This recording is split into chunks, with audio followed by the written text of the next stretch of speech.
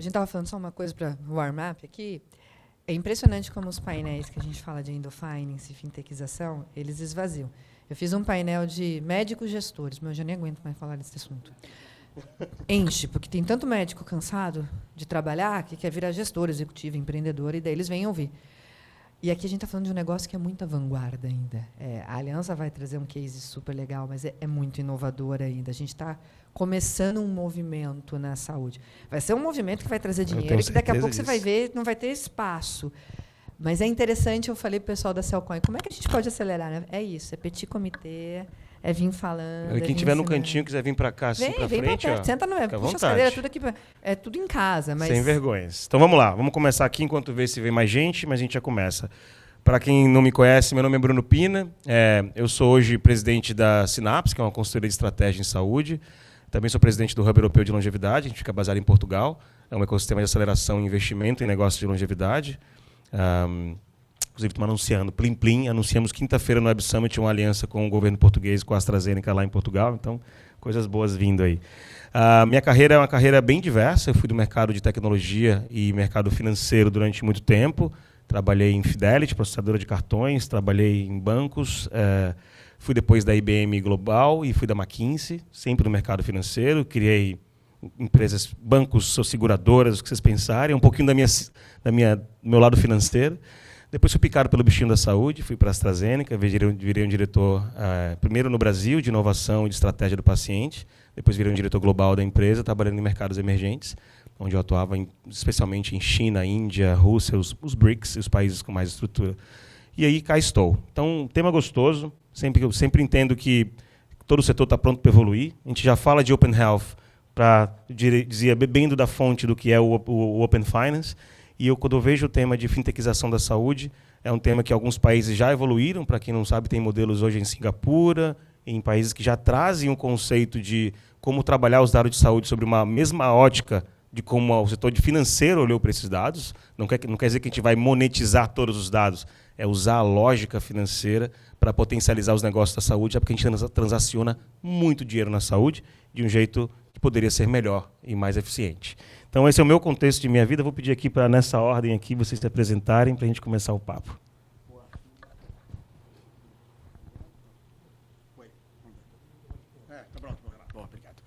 Bom, obrigado, Bruno.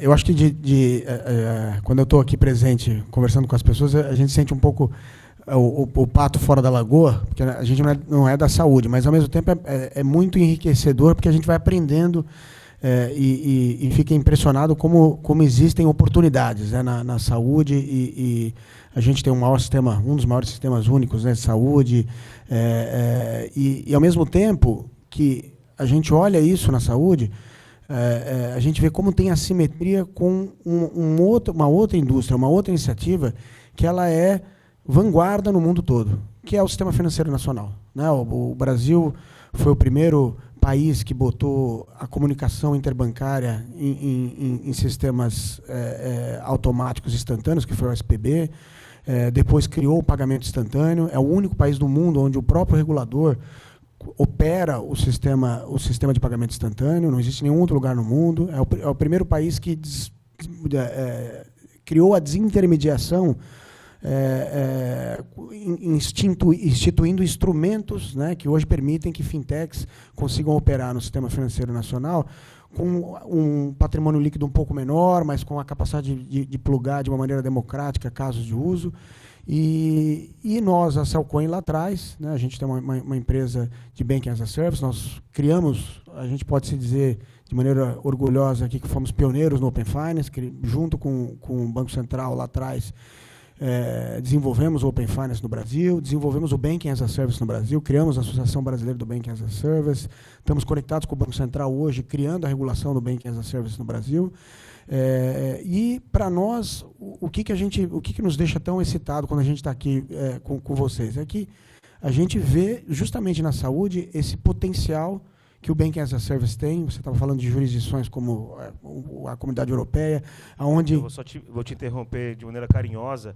esse é um ambiente de saúde. Sim. Banking as a Service pode parecer como um monstro do Lago Ness, tá? Então conta um pouquinho, faz um... Aliás, faz é a bom tecla SAP aí. aliás, é até bom você falar isso para a gente não... E pode me interromper e pedir para traduzir. O banco como serviço, como a gente fala, é a capacidade de a gente colocar o mundo regulado a serviço do mundo não regulado. Esse mundo todo das peças que falam com o Banco Central, as contas, vamos dizer, os desembolsos, a comunicação financeira, de uma maneira facilitada, né? E aí eu costumo dizer, né, quando você vai usar o seu... A gente já usa, vocês já usam Banking as a Service quando vocês vão pedir o Uber e não precisam sair do aplicativo do Uber para poder pagar o motorista, ou quando vão pedir uma comida no iFood, ou quando vão fazer algum pagamento dentro de um aplicativo qualquer, você já está usando essas finanças embutidas sem saber, né? Então, e a Cellcoin é essa companhia que há 8 anos lá atrás criou, hoje é uma dos 3 maiores instituições de pagamento independentes. Transacionamos hoje mais de 35 bilhões de TPV, isso o TPV mensal. Estamos trabalhando trabalhamos não só no PIX. TPV? TPV. Começar a falar colecistectomia videolaparoscópica. Volume transacionado em reais, tá? Exatamente, desculpa, mais uma vez. E a gente está, mais uma vez, está muito animado. Eu sou o CTO, também responsável pelo produto, e para mim aqui é um laboratório para ir também aprendendo um pouco mais e ajudar vocês de alguma forma. Muito legal. Vamos lá, Paula. É muito interessante quando tem que fazer a tradução da tecla SAP, né? Mas eu adorei adorei que o Bruno ele ajuda a gente. O Bruno é de casa.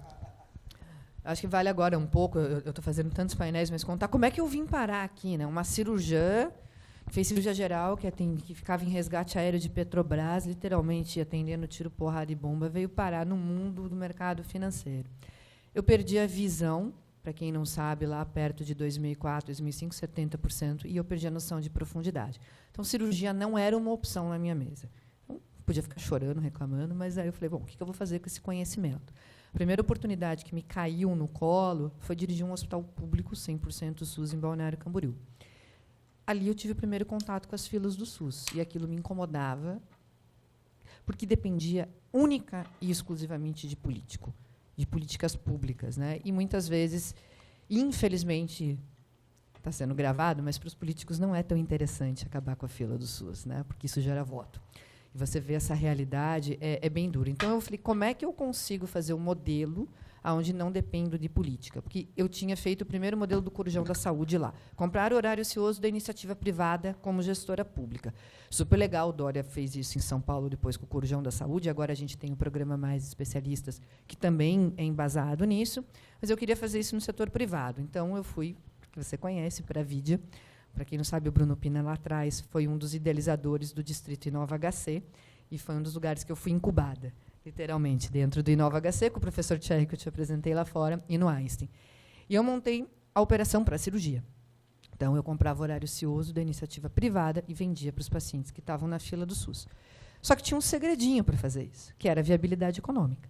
Eu tinha que levar meios de pagamento para esses pacientes. E eu descobri que, se eu levasse o CDC, que é o crédito direto ao consumidor, que é o famoso carnê da Casa Bahia, ou se eu levasse múltiplos cartões, ou se eu levasse link de pagamento, ou se eu criasse uma vaquinha online, porque eles iam nos bingos e nas igrejas e conseguiam juntar o dinheiro do procedimento cirúrgico, eu conseguia viabilizar essa cirurgia e tirar os pacientes da fila do SUS. Então, essa tese que montou a Vidia, depois virou Saúde D no Grupo Fleury, depois foi para Amor Cirurgias, no Cartão de Todos. Depois deu origem, a gente investiu, eu e meu marido, em algumas health fintechs, como Dr. Cash, como Flip, etc. A gente começou a ver que esse universo de viabilidade econômica era o X da questão. Só que a turma não estava prosperando, não estava conseguindo, né? Além de ser um mato alto, de não entenderem, os founders, a gente já falou isso em outros painéis, é complicado no Brasil, principalmente founder de fora da saúde. Então, eu falei, cara, eu vou aprofundar mais, porque foi um dia uma provocação do Banco Votorantim. Para de investir, para de ser, monta a sua, né? Só que as pessoas começaram a me chamar para as operações. Eu fui parar na Aliança, convite da Isabela Tanuri, para olhar o cartão Aliança. Aí eu fui parar na Boston Scientific para ver o Lip Plus, que era as iniciativas de endofinance, de fintechização, que não estavam acontecendo. Na própria Boston, passou por tudo. Vidia, Flip, Dr. Cash, você estava lá na época fazendo a estratégia. Então, eu vim muito mais para o mundo de conselho e ajudar a executar. Então, é dessa forma que uma cirurgiã, vendo a dor e vendo que os executivos e os founders que estavam na pista não conseguiam, então eu fui estudar. Passei 1 ano estudando endofinance quando eu conheci a turma da Cellcoin. Primeiro eu conheci o Luiz, que estava lá. Era véspera de Natal, a gente ficou acho que umas 3, 4 horas batendo papo, porque eu falei, eu não quero mais saber dessas health fintech, eu quero ir direto no cara que me dá a API, porque eu vou levar direto lá para o José Ramos, quando eu fiz a conexão deles. E falei, então, por que na Aliança a gente vai contar do que a gente já fez, mas por que a gente não cria a Aliança Bank? Por que eu tenho que ficar usando o Santander? Quando eu falo em base, o que é o Banking as a Service? Em vez de eu usar a conta do Santander, eu vou falar do Santander para não arranjar briga com o resto dos bancos, que daí vai ficar um pouco mais complicado para mim, lá eu não tenho conta. Por que a gente está usando lá? Por que eu não faço Aliança Bank? Por que eu não faço o pagamento dos colaboradores da Aliança na Aliança Bank? Com isso, eu vou ter fluxo de caixa, eu vou poder fazer adiantamento de recebível dos médicos, eu vou poder originar seguro. E como é que veio essa ideia? Porque eu liguei para o José um dia e falei, por que você não está me atendendo com uma ideia que eu estou tendo aqui? Eu preciso, minha dor é fluxo de caixa. Eu falei, tá, deixa que isso eu resolvo. Agora eu jogo para ele e a gente vai contar um pouquinho do que já começamos a fazer no grupo. Então, eu circulo na Boston, circulo na Aliança, circulo na Cellcoin, e eu acho que eu faço uma interligação, porque todos esses movimentos que tiveram no Brasil, meio que eu e o Bruno estávamos envolvidos. Incrível, muito bom. Boa tarde. Boa tarde. Meu nome é José Luiz. Estou como diretor jurídico de compliance de controles internos na Aliança. E aqui eu acho que é uma oportunidade bem interessante, Paulo, porque, assim, antes da Aliança, estive no mercado imobiliário e numa passagem super rápida no mercado financeiro. Então, também ter a oportunidade de participar dessa discussão é aquela velha história. Você, efetivamente, é picado por uma mosca no mercado financeiro. E aí o mercado financeiro não sai de você. Essa é uma realidade. Então, quando eu tive a oportunidade de conversar com a Paula, era uma dor efetiva nossa. Tá? O que acontece? A Aliança estava num contexto em que nós precisávamos melhorar alguns processos financeiros e termos controles internos um pouco mais aprimorados. E qual que era a realidade e contexto naquele momento? São 84 unidades, pelo menos 84 unidades espalhadas em território nacional, tendo que processar na casa de 30 mil pagamentos diários, e aí com controles ainda manuais, planilhas Excel. Tudo isso trazendo alguma fragilidade ali no contexto, no próprio processo financeiro, dando margem, inclusive, para fraude. Então, nesta conversa com a Paula, ela falou, olha, tem o pessoal da Tivita, acho que pode ser interessante. E o que agregou tudo isto? Agregou exatamente uma conexão, Pleris, Tivita versus Totus Proteus. E o que isso trouxe para nós? Primeiro, acabou com a questão ali de uma conciliação manual, agilizou e otimizou ali a questão do recebimento, porque nós tínhamos diversos contratos de cartões para adquirência, ali, ou seja, aquelas maquininhas que estavam conectadas ao nosso sistema, tinha muitos contratos com diferentes bandeiras, com diferentes máquinas, e a gente conseguiu reduzir para uma só. Resumo da ópera, nós tivemos ali uma grande questão que foi uma melhoria processual, uma melhoria de controle, mas, acima de tudo, também um ganho financeiro em trazer algo que é inovação, ou seja, olhar para um processo que estava, de alguma forma, ineficiente, vê-lo de uma outra forma, com uma solução tecnológica. Foi isso que a Tivita, juntamente com a Cellcoin, conseguiu agregar. E aqui eu também já, em alguma oportunidade, já falei com a Paula. Meu sonho ainda é ver, na área da saúde, algo muito parecido com o mercado livre versus mercado pago, e agora o próprio iFood.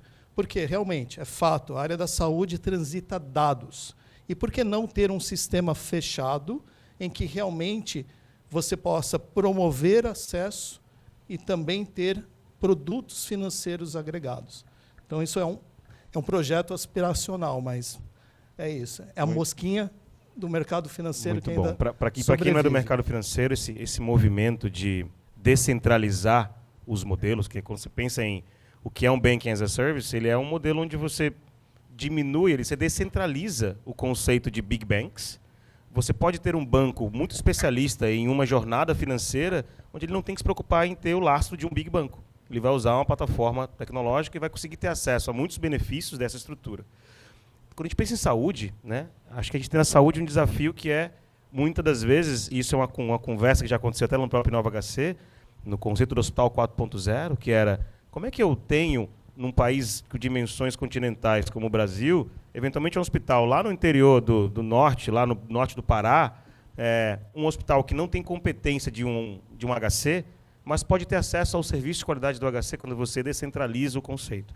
Então, a ideia é que o conceito da bancarização da saúde, aí eu quero fazer essa pergunta para a mesa, eu entendo que é trazer não só a experiência, mas também o lastro de uma estratégia financeira para um setor que não olha, se não olha para a gestão muito bem, quiçá a parte financeira. Então, eu queria fazer uma pergunta para rodar entre vocês. O que é essa? Então, quando a gente fala de fintechização, o que é, na prática, fintechização? E, como a gente está numa indústria que olha para o maior ativo das nossas vidas, que é a nossa vida, como é que isso traz benefício para a gente? Quem quer pegar essa no início? Acho que eu posso começar a tatear. Eu acho que, como em qualquer outra indústria, quando a gente fala em fintechização, pode assustar um pouco no primeiro momento. Fintechização, o que vocês estão pensando? Eu acho que, no fundo, quando a gente fala em fintechizar no sentido que eu acho que é o sentido benéfico que vai trazer aqui, vai trazer valor agregado, é realmente desintermediar, né, para começar, né? Então, tirar os, vamos dizer, intermediários que, de alguma forma, criam algum tipo de fricção no processo e por si só, podem, de alguma forma, criar dificultar a execução de um ciclo mais virtuoso, né? Quando eu vejo a saúde, e aí eu vou trazer aqui para a analogia do que a gente vê no mercado financeiro. Quando a gente vai abordar, resolver um problema, por exemplo, de um varejista, ou o problema de uma indústria de serviços, geralmente essa relação entre o comprador, o tomador, né, do serviço ou do bem, versus o prestador de serviço. E entre eles existe um hiato ali de tempo, que é o tempo do dinheiro, né? Então, na saúde eu vejo muito, a gente estava falando lá embaixo sobre suprimentos, eu vejo que no final das contas você precisa fazer grandes compras, grandes aquisições na frente, para depois vender no varejo ali para o paciente que vem, que vai tomar o serviço, descobrir que os hospitais, que uma das grandes linhas ali de receita é a farmácia dentro dos hospitais, né? Então, a gente fica surpreso e como é que gerencia um negócio desse, né? Então, eu acho que o desafio aqui não é só... Tem a questão que vocês com toda a inteligência, já vão tratando da humanização, da venda do serviço, mas onde que eu acho que a gente, talvez com um histórico de já ter feito isso e ter uma licença, estar conectado ao Banco Central, dominar as tecnologias que potencializam o desembolsar do dinheiro de maneira segura, registros e instrumentos de crédito de maneira segura, para que eles possam ter valor no mercado na hora de tomar um crédito. O que a gente pode aportar aqui? É aportar esse conhecimento para que você possa transformar essas relações, e aí eu acho que é a fintechização que a gente está falando, né, em conexões que vão numa jornada, como a jornada de um paciente que chega pela primeira vez e não tem dinheiro para pagar, e aí me fez lembrar, eu escutei você falando do Care Now, Pay Later na Europa, e nos Estados Unidos, quando uma outra empresa chamada Affirm fez a primeira história para nós é o crediário, né? Mas lá fora eles chamam de Buy Now, Pay Later também. E pela primeira vez entregou para alguém que não tinha acesso à saúde a capacidade de pagar isso de maneira parcelada. Então, encontrar essas formas em que você vai casar né, aquele um dos participantes da história e incluir ele no sistema médico, eu acho que faz parte dessa fintechização. E até deixando para a Paula continuar, mas você está me dizendo que a fintechização ela vai para uma palavrinha que na saúde a gente fala o tempo inteiro, que é acesso. Isso. Perfeito. Legal. Paula. Eu vou dar até um passinho para trás, porque quando eu vou explicar sobre isso para um executivo que não conhece ainda a... Meu tamanhozinho, né? Vamos trocar de novo? Agradeço. É porque ele tá filmando. Então, quando eu vou explicar, eu dividi em 3 verticais, né, para pelo menos abaixar um pouquinho o mato. A gente tem a fintechização, eu posso falar de meios de pagamento. Tá? Meios de pagamento quando eu passo a maquininha, quando eu faço Pix. O Pix parcelado já é crédito, tá, gente? Mas é só para ir começando a falar a mesma língua. Quando eu passo Pix, quando eu passo a maquininha, quando eu passo múltiplos cartões, quando eu faço link de pagamento para mandar à distância. Então, é tudo que a gente vive no varejo digital. Imagina quem entra hoje na Amazon, entra no iFood, entra no Uber, aqueles meios de pagamento, Apple Pay, esses meios de pagamento que aparecem ali, é o que a gente está falando de viabilidade e que eu chamo de meio de pagamento. Que hoje, quando você vai para os prestadores de serviço, a maioria tem as maquininhas, que foi o que eu vi que os contratos estavam bem diferentes em unidades, e eu vi a oportunidade de fazer um contrato guarda-chuva ali na Aliança, e você tem o Pix, né, e muitas vezes não conciliado. Quando a gente vai para uma outra vertical, a gente tem o BaaS, né, que é o Banking as a Service, literalmente, que são as contas digitais. Então, que é aquela conta que o motorista do Uber tem embarcado, é a conta que o restaurante tem embarcado no iFood, é a conta que ele recebe, né, quando eu pago, uso o meu cartão ali, cai na conta do motorista direto do Uber, do 99, que é o que vocês estão por trás, do iFood, etc. e tal. Então, é a mesma coisa que eu ter um BaaS embarcado na Aliança, por exemplo, e eu, como médica, prestei um serviço, você vai me pagar, só que a conta que eu recebo é a conta da Aliança. Aí você fala, mas para que você vai receber nessa conta? Qual que é a vantagem disso? Porque daí você começa a ter o famoso float. Quanto mais tempo eu deixar o dinheiro nessa conta, mais ele vai render, e isso vai virar uma receita acessória para o dono dessa conta digital. Tá, mas por que isso é importante? Por causa do CAS, do Credit as a Service. Aí eu resolvo que eu quero comprar um carro, e eu quero financiar esse carro. Eu vou bater aonde? Lá aonde eu tenho a conta. Aí ele vai poder me oferecer um crédito mais barato porque ele tem o controle do quanto eu estou recebendo. Então, vamos pegar o modelo iFood para ficar um pouco mais fácil. Olha como o iFood fez um movimento legal. Tá? Ele começou ligando o Lé com o CRE. Nossa fome com os restaurantes disponíveis. Você lembra que, no começo, a maquininha ia na nossa casa, né? A gente pagava com o cartão lá na maquininha. Aí começaram a fraudar os cartões. Aí ele embarcou o meio de pagamento dentro do aplicativo. Aí a gente ficou seguro disso, então eles evoluíram para os meios de pagamento. Aí os restaurantes passaram a receber o dinheiro do que a gente pagava na conta digital do iFood.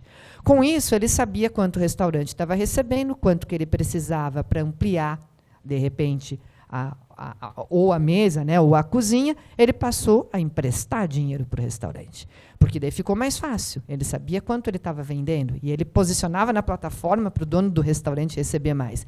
E um movimento igual do cheque especial. Né? Quando você entra no cheque especial, o dinheiro cai e já vai pagar o banco por primeiro. Então, ali ele tinha um crédito, ele dava um crédito muito protegido. Hoje ele já está num movimento onde ele já sabe a demanda, até o CEO fez um vídeo, não sei se vocês viram, falando, eu descobri que tinha uma necessidade de tapioca numa região, eu mapeei os restaurantes que podiam produzir, eu dei a dica para o dono do restaurante, eu sabia que ele tinha o fluxo de caixa, os que não tinham, eu emprestei o dinheiro dizendo que eu vou originar a demanda, e eu já emprestei o dinheiro atrelado à minha venda. Então, olha o nível de inteligência de Endofinance que esses caras estão. E eu não sei se vocês viram, eles anunciaram que eles vão vir para um banco de varejo, nichado, literalmente, para o universo de restaurantes. Ô, Paula, só para não perder o costume, você falou uma palavra Endofinance, o que é isso?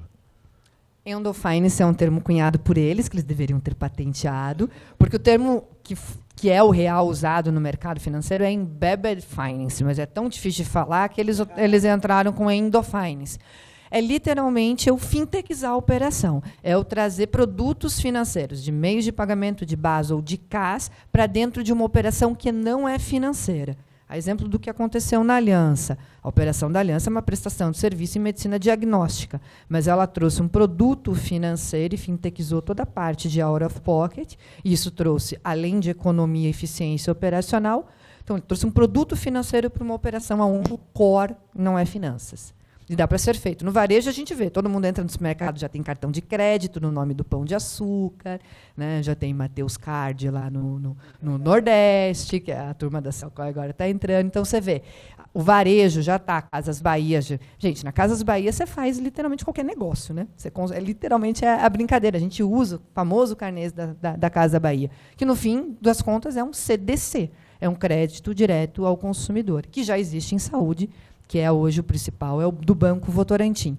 Então, eu queria sempre segmentar para vocês entenderem o que é meio de pagamento, o que é BaaS, e daí, depois que você tem as contas digitais, você literalmente faz esse movimento, você consegue trazer o CaaS, que é o Credit as a Service, que eu consigo oferecer crédito. Crédito para quê?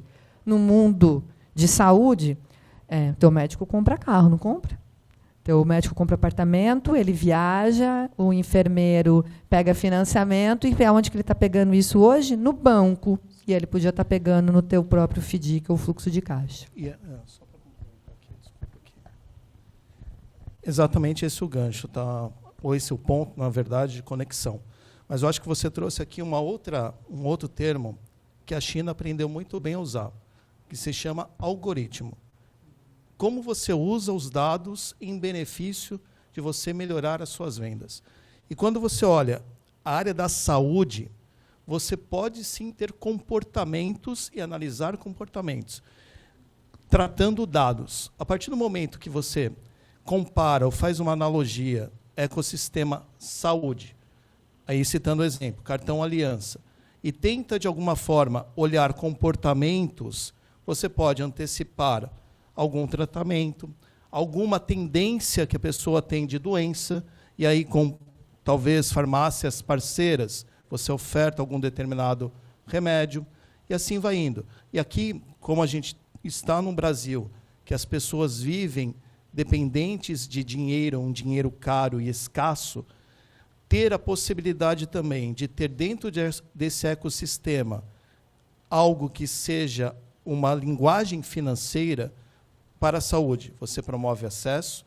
Para os outros stakeholders, como médico, você consegue, sim, dar um financiamento, mas para a empresa em si, como o caso da Aliança, uma prestadora de serviços, principalmente, você consegue, por exemplo, antecipar um fluxo de caixa. E mais do que isso, a gente, às vezes, interage com outros médicos prescritores. No limite, você também, tendo uma estrutura embarcada, você conseguiria, inclusive, antecipar fluxos de caixa para aquela clínica que, de alguma forma, também precisa ter seu giro, manter toda a estrutura para conseguir atender o paciente de uma forma de qualidade, de serviço, etc. Então, provoca acesso, provoca, talvez, aí uma possibilidade efetiva de você ter um sistema fechado, vamos dizer assim, que você consegue ler o seu paciente, ler a tendência muito de forma análoga ao que faz o iFood e o que faz muito bem o próprio Mercado Livre com o Mercado Pago. Basicamente é isso. Muito legal. Posso te fazer uma pergunta, então? Vou te devolver. Você falou qual é o benefício, literalmente, que traz, né? Há quanto tempo a gente está vindo nesse tipo de evento e o que a gente escuta é que a saúde tem que estar quebrada, que não tem sustentabilidade no sistema, que tem que procurar novas fontes de financiamento, e se discute, e não se executa, não se procura outras soluções. Então, quando você traz um olhar de endofinance para isso, olhar quais são oportunidades de dinheiro na mesa dessa cadeia toda, do início ao fim, que pode ser no BaaS, que pode ser no supply chain, como estava o Glaucio aqui, qual é o benefício? Dinheiro para o sistema. Não é o que está todo mundo dizendo que está faltando? A gente vai continuar reclamando que o governo tem que aumentar, que a saúde suplementar tem que parar de glosar, ou vamos buscar novos caminhos, novos meios através de negócios digitais. E é isso que eu queria ver. Quanto tempo você está ouvindo isso, Bruno? Eu ouço... Bom, eu estou no setor de saúde como consultor, né? Eu comecei mais ou menos uns 10 anos, e desde que eu entrei como executivo do setor, eu tive 3 tentativas frustradas em 4 países distintos em fazer algo parecido quando eu estava na indústria farmacêutica, e hoje eu ainda vejo algo na mesma linha, agora construindo negócio lá fora. E o mais interessante é que rodo alguns países. Eu tive recentemente com um fundo dos Emirados Árabes, e a frase que eu ouvi foi essa: tem dinheiro disponível para colocar na saúde, a gente só precisa que a saúde tenha maturidade, mentalidade para entender como usar isso. E é dinheiro, bilhões, tá? E aí a vida vai trazendo para a gente esses desafios e nada é por acaso. E a gente está numa dessas conversas, eu estava na Dinamarca, num evento de Drug Discovery, lá em Copenhagen, um monte de cientista discutindo sobre envelhecimento, aumento de telômero, coisas bem técnicas de saúde, que é tipo o Bank as a Service da saúde. E a discussão que chegou lá com um fundo, e tinha um representante do governo indiano, era: como é que eu monetizo os dados da minha população? Então, tem um dinheiro que a gente não enxerga. Por exemplo, os biobanks que estão sendo construídos no mundo inteiro. Os Estados Unidos está fazendo biobank, UK Biobank, os Estados Unidos chamam All of Us. Tem agora o M42, o Emirados Árabes, tem a BGI Genomics da China. São modelos onde eles estão pegando os dados nossos, construindo um ambiente onde gera o endofinance, onde ele potencializa o país para aumento de pesquisa clínica, aumento de dados diagnósticos, geração de informação para que a indústria farmacêutica invista. Então, é o dado da saúde gerando o biobank, o dado nosso em um banco, só que esse banco ele não é um banco financeiro, mas ele traz dinheiro para o país. Então, dentro dessa linha, e eu vou voltar para rodar esse bate-papo aqui, eu adoro o caso do iFood, acho que também tem um caso muito similar que teve no Brasil recentemente, que infelizmente morreu por ineficiência, que foi o caso da Ambev. A Ambev criou o BIS, o CRM para o gestor de lojinha, a BIS criou o BIS Bank, para que o gestor de lojinha que não tinha fluxo de caixa para comprar cerveja pudesse comprar cerveja, e ao mesmo tempo ele podia oferecer serviços e crédito e produtos financeiros para ele, porém a gestão não foi talvez da melhor forma possível, porque o mercado estava restrito ao mercado cervejeiro. O iFood, com a sua capilaridade em vários setores, pode com certeza e vai dar certo. A pergunta que eu queria voltar aqui esses são os casos que a gente está vendo um pouquinho na prática, mas onde vocês veem oportunidades que ainda estão descobertas, que precisavam ser cobertas na saúde? Eu olhando, assim, talvez uma visão de um outsider, né? Olhando um pouco e fazendo comparações com o que a gente vê hoje em outras indústrias, né? A gente falou que uma das indústrias de logística, o delivery de comida, ele encontrou existia uma dificuldade, como a própria Paula falou, de primeiro conectar você com os restaurantes que estavam talvez mais afastados, que você não conhecia, e ali dali veio a necessidade de capturar pagamento e tudo mais. Eu acho que, olhando para a saúde hoje, eu procuraria encurtar hoje alguns espaços, né? Por exemplo, a gente tem aqui, dentro da própria Salcoin, a gente tem casos, o famoso fluxo de prestação de serviço dos próprios médicos, né? O serviço de plantão médico, que é um serviço de recrutamento muito intenso. Depois a gente veio a conhecer, é difícil, a gente sabe como buscar profissionais para estar no plantão, é uma questão regulatória, né? Você precisa ter um profissional lá dedicado, então isso roda. O tempo, às vezes, também de pagamento, o médico às vezes fala: pô, eu não vou trabalhar eu não vou naquela rede lá, porque os caras demoram muito tempo para pagar. Então, esse troço também, ele é algo que poderia ser resolvido, como já é resolvido, por exemplo, no próprio Uber, né? Quer dizer, lá atrás, quando começou-se a recrutar motoristas que no táxi recebiam no cash direto, e você teve que justificar para ele: você não vai receber no cash, vai receber no cartão, mas quer saber de uma coisa? Você vai receber no cartão, vai ser mais seguro, porque você não vai ficar andando com o cartão, com dinheiro na rua, e eu vou te pagar no dia seguinte, com um pequeno desconto, e você vai ter...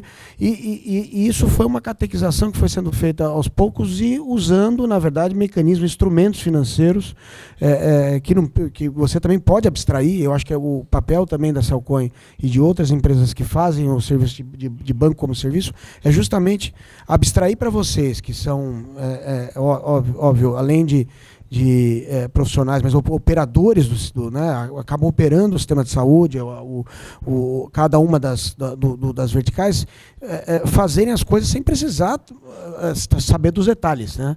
Então, eu acho que esse é onde eu vejo as oportunidades. Então, oportunidades nas pequenas relações entre os profissionais, nas relações com os próprios fornecedores hoje.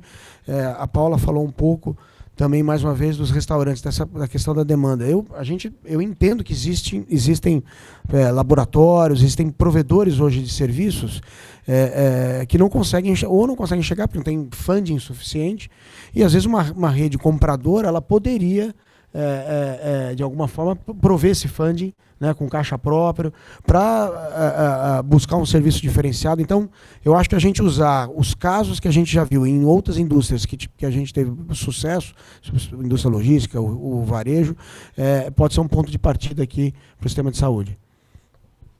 Paula. Boa. Você faz um wrap-up, acho que a gente está indo aqui mais uns minutinhos, mas vai lá, José. Bom, quando eu olho oportunidades, como eu falei, aquilo que eu falei no início, tá?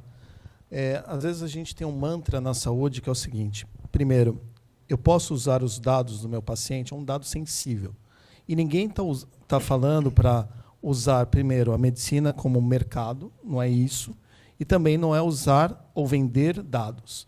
Você pode usar perfis de dados sem identificação para você traçar tendências. Eu acho que essa é a grande jogada. Embarcar algoritmos por trás, além da questão da próprio artifício financeiro. Eu falo artifício aqui só para tentar dar um pouco mais aqui de cor nessa linguagem, que é poder ter, por hipótese, um banco por trás ou meios de pagamento por trás, para que você consiga aqui, primeiro, eu interajo com o fornecedor. Por que eu preciso efetivamente ter um comprometimento no meu passivo de curto prazo? E por que eu não melhoro o meu fluxo o meu capital de giro, ali dando de alguma forma um risco sacado? Eu só consigo isso se eu efetivamente tiver aqui uma linguagem financeira por trás.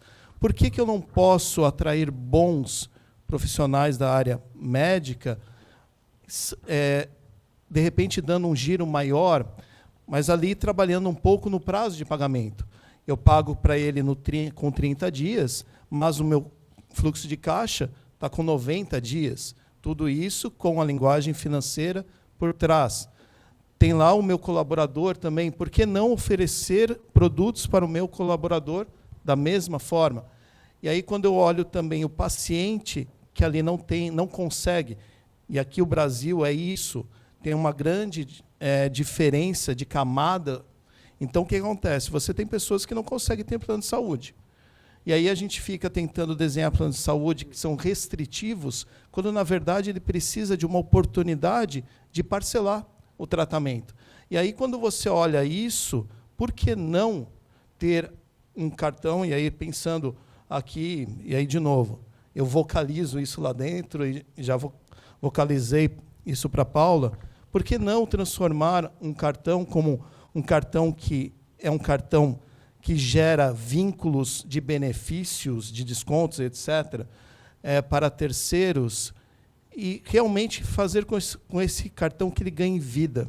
Mais do que ter o desconto, que a gente poderia ter ali embarcado também cashback, uma série de coisas que fazem com que o sistema fique fechado e que realmente você está ali transacionando de forma diferente, dentro de um mesmo grupo, e efetivamente gerando valor, gerando riqueza para todas as partes. E quando eu falo riqueza, não é só a riqueza monetária, significa a riqueza do bem-estar, porque você estar bem vale muito. E aí estar bem significa você estar saudável.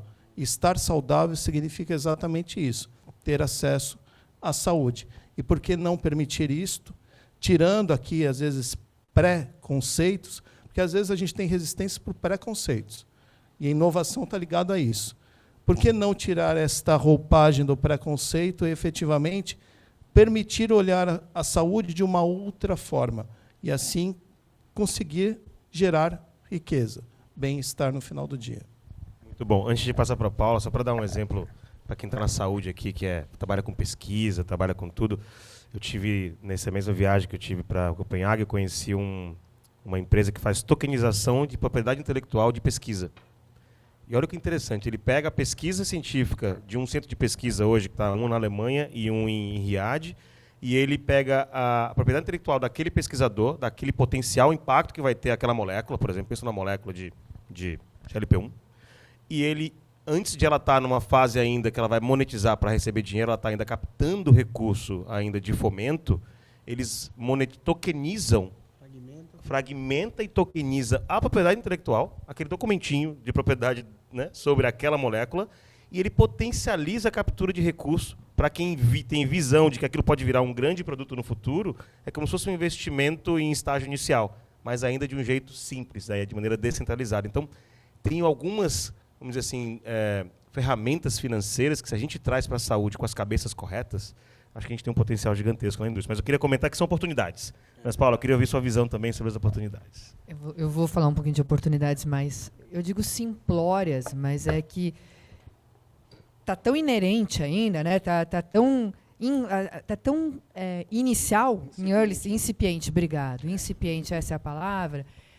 Que as oportunidades, né, a proposta de valor que tem na mesa, de novo, né, como cirurgião, fatiando as coisas. Acho que para o prestador de serviço é meios de pagamento. Hoje é o primeiro. Né? Como é que eu começo? Por onde eu começo? Meios de pagamento. Traz aí a maquininha, o parcelamento em 12, 18 vezes que está no mercado. Talvez um Pix, até um Pix parcelado. Deixa tudo unido numa plataforma só para não ficar as conciliações financeiras. Só isso já vai dar um respiro muito diferente, literalmente, para qualquer prestador. Para os grandes, mais ainda, porque daí você está trabalhando no volume.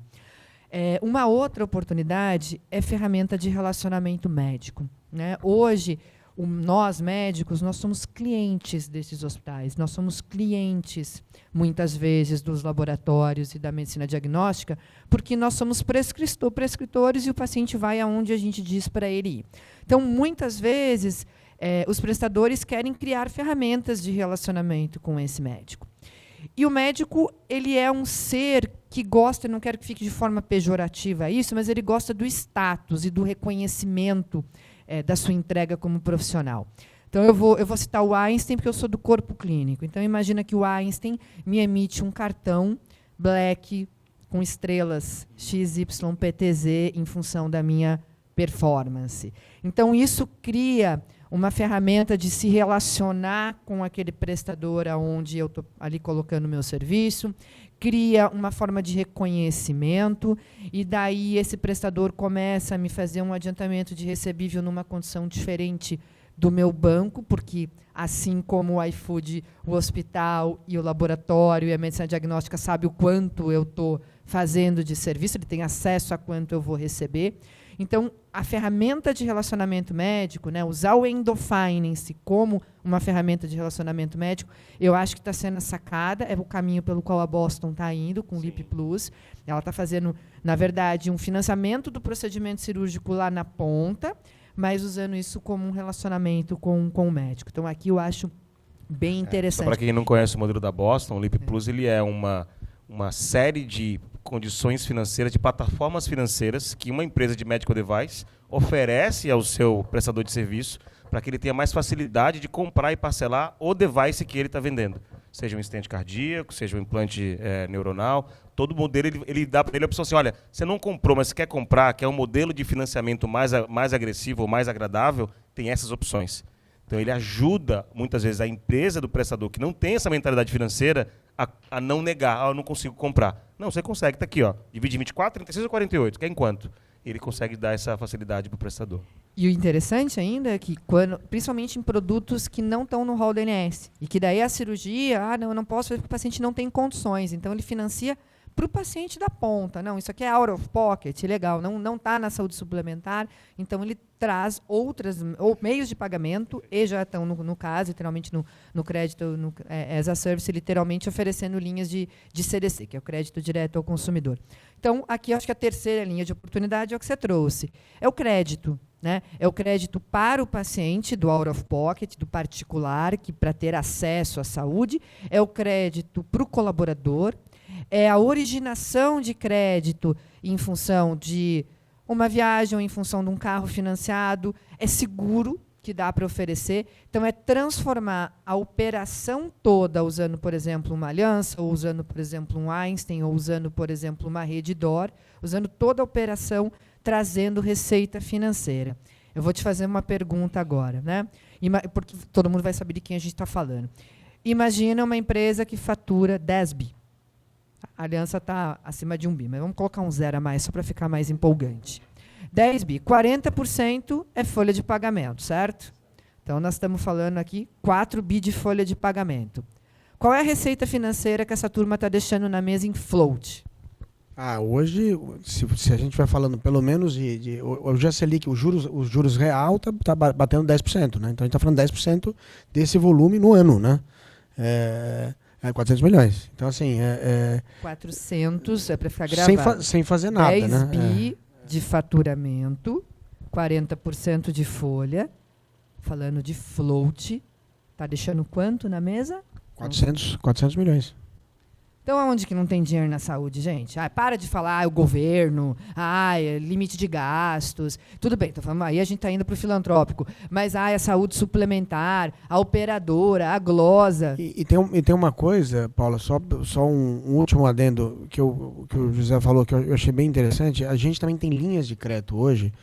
Porque quando eu vejo, eu escuto isso muito, eu falo, o plano de saúde, eu sei que o plano de saúde é uma coisa inacessível, às vezes é inacessível mesmo para as pessoas. Hoje um plano de saúde bem equilibrado para alguém acima de 40 anos, que é o meu caso, é mais de R$2.000, né? 1.500, R$2.000, nem todo mundo. Mas, por exemplo, a gente tem linhas hoje, como o Crédito Trabalhador, é uma linha que o governo federal colocou e existem margens que podem ser averbadas dentro do Crédito Trabalhador que ninguém está averbando. Por exemplo, a margem do cartão, que é o Pix parcelado, que o José falou, eu posso ter linhas de seja o complementar, né, o out of pocket, como vocês chamam, ou que eu acho que é talvez o mais simples para começar. Você pode simplesmente criar um Pix parcelado usando essa margem que ninguém está usando hoje. Uma margem averbável, mas que não está com poucos no mercado, para potencializar um produto, de repente, para alguém que não poderia comprar ou que não teria um plano de saúde para poder autorizar, né? Enfim. Só fazer, eu acho que um gancho aqui que é interessante. Você trouxe dessa linha para o trabalhador. Qual que é a grande questão que nós vamos viver para os próximos anos? Envelhecimento da população. Teremos problemas com questão de renda para os mais velhos. E elas vão continuar. E aí não sou médico, mas no meio a gente escuta. Quanto mais velho você vai ficando, maior a tendência de você ter câncer.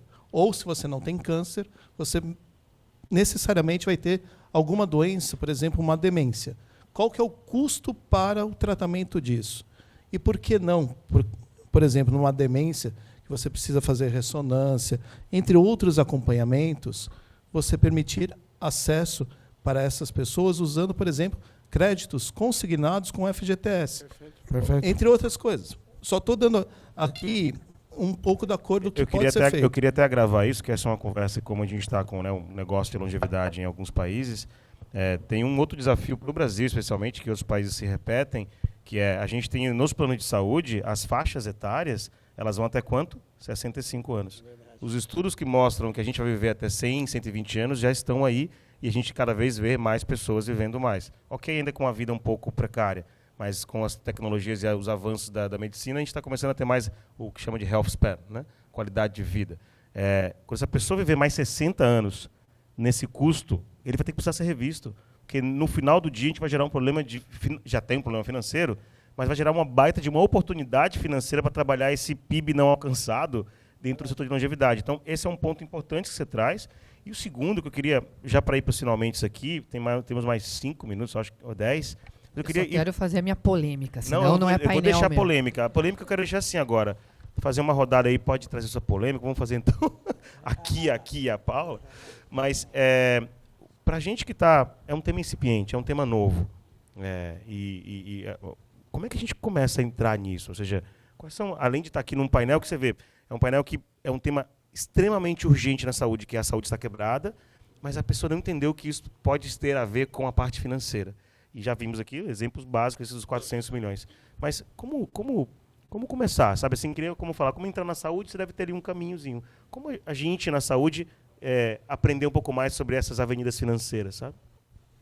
Esse é um ponto bom. Eu acho que o arcabouço que a Paula falou, eu gostei muito dela, começando pelo meio de pagamento, depois indo para a conta regulada, para você poder começar a trazer um pouco a principalidade do fluxo aqui para dentro, para depois terminar com o crédito. Mas eu diria assim, a gente tem que começar a tirar a sofisticação e começar com o simples, eu acho. Eu acho que esse talvez seja a lição. Eu sei que o tempo tá curto, mas onde a gente já viu isso ter muito sucesso foi começar com uma coisa simples. Então, às vezes é um meio de pagamento que você coloca. Eu vou passar para a Paula aqui para ela terminar e jogar a polêmica, mas eu só diria assim, onde eu acho que vocês têm uma capacidade muito forte aqui na saúde, que é o que a gente viu em outros mercados. Vocês conhecem o fluxo, vocês sabem a necessidade de cada um dos participantes, né? Quem está no meio, a Aliança está bem posicionado para enxergar isso, então tem capacidade de fazer aquilo que um incumbente, como o Itaú, grandes bancos, não vão fazer jamais, né? E eu acho que tem um dado falando a nosso favor. Quando você vai para países mais maduros, nos Estados Unidos, 30% do crédito só está na mão dos incumbentes. Os outros 70% estão na mão de instrumentos privados que vão fomentar e vão colocar no encanamento a liquidez necessária. Aqui no Brasil é o contrário. Então a gente tem muita oportunidade de colocar liquidez nesse mercado, e eu diria que é começar pelo simples.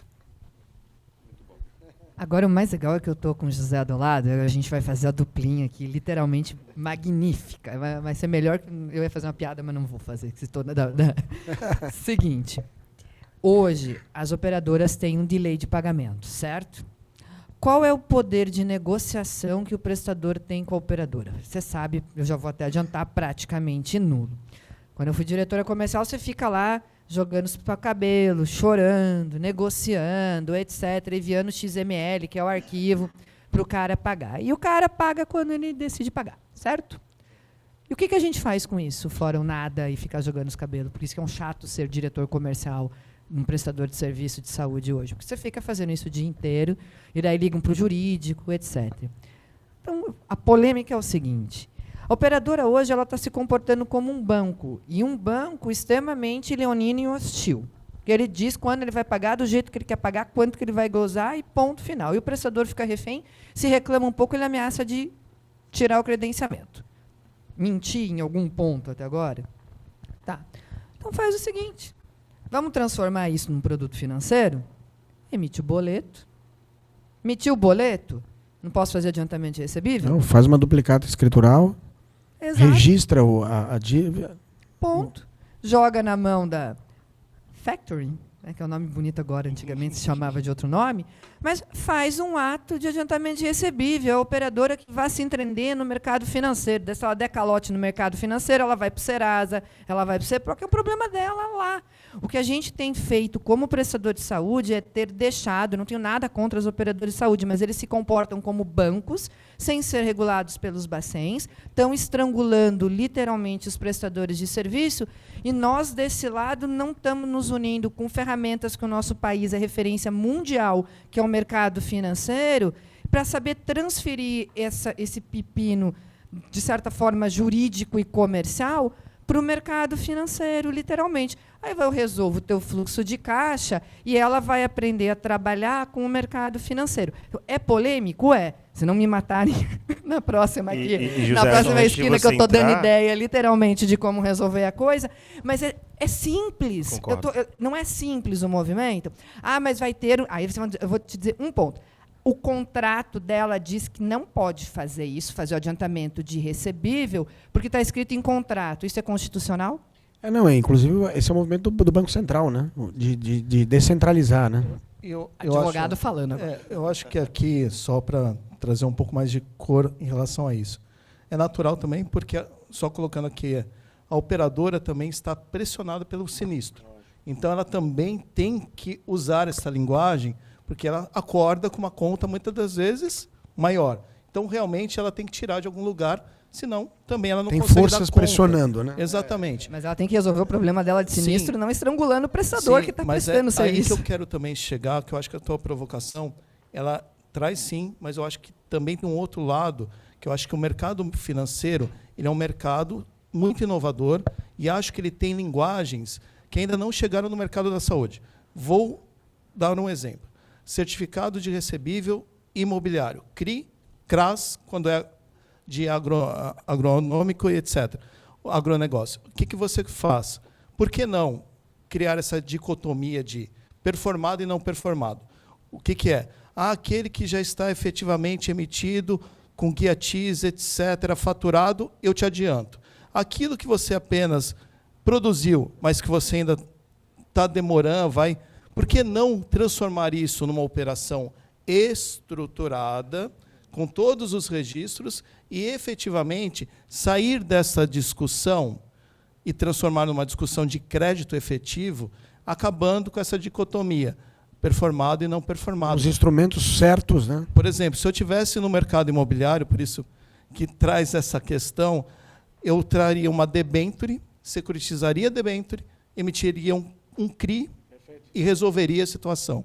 Por que não criar um certificado de recebível da saúde, tendo por lastro a própria debenture emitida pela própria, no caso da aliança, com garantia dos recebíveis. Ponto. E assim a gente financia a saúde. No evento que está buscando discutir isso de maneira prática, qual é a praticalidade disso? Ou seja, quem deveria estar envolvido na construção de uma estratégia dessa, de uma avenida dessa?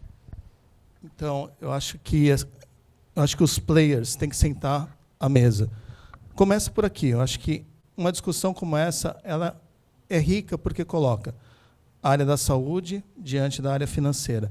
Mas eu acho que é a gente construindo soluções. E passa, sim, talvez, por bater lá na porta política, Banco Central também, para começar a olhar que não existe só CRI e nem CRA.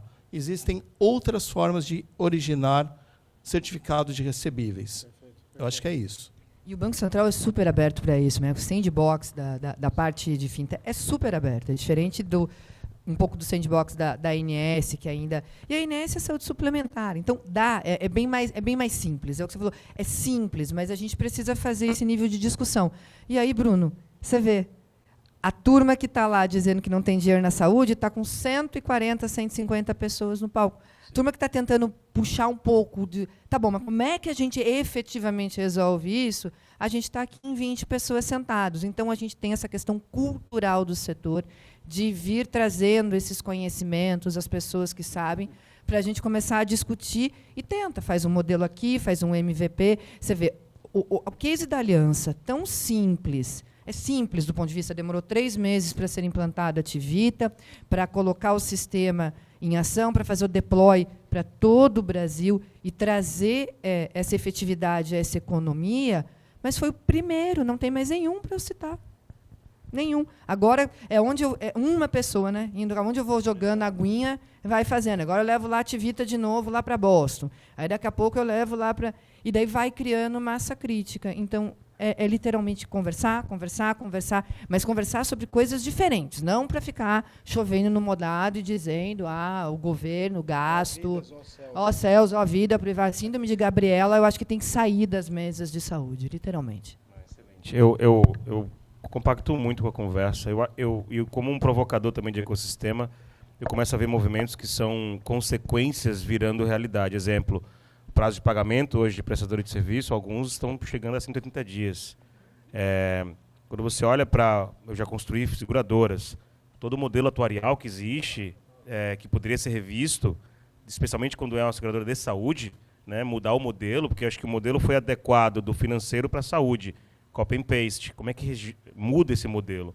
E o terceiro ponto, que eu acho que é consequência, que isso me preocupa, talvez como um cara que defende inovação no mercado de saúde, é que você começa a ter agora um processo de uma redução, uma atrofia das estruturas de inovação das empresas, porque o desafio financeiro faz com que o olhar vire curto prazo.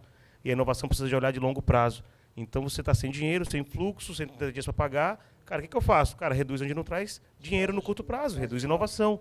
Então, isso tem uma consequência que vai trazer um efeito que a gente não viu ainda. Mas a gente vai diminuir a capacidade de inovação do Brasil e tudo que a gente está lutando para conseguir nos últimos anos, a gente vai perder. Então, talvez eu traria até uma leitura provocativa aqui para depois a gente tratar isso, que é como é que a gente constrói um point of view. E aí, talvez, às vezes, para fazer isso, tem que trazer uma Big Four ou uma consulting like McKinsey, BCG, para talvez criar um point of view sobre o finance na saúde, como isso traz uma mudança no setor. Talvez seja um bom jeito de influenciar o setor dos grandes executivos. Pensando alto aqui e me coloco à disposição até para isso, tá? Então, gente, quem esteve aqui conosco, obrigado. Espero que a gente continue essa conversa, com certeza, eu do meu lado sim. E parabéns pelo que vocês estão construindo. É um trabalho que eu sei de formiguinha, e um trabalho eu vejo a Paula quase que militando sobre esse assunto já há alguns anos. Parabéns pela visão. E feliz que tem empresas que acreditaram no modelo e que com certeza vão colher frutos muito em breve. Obrigado.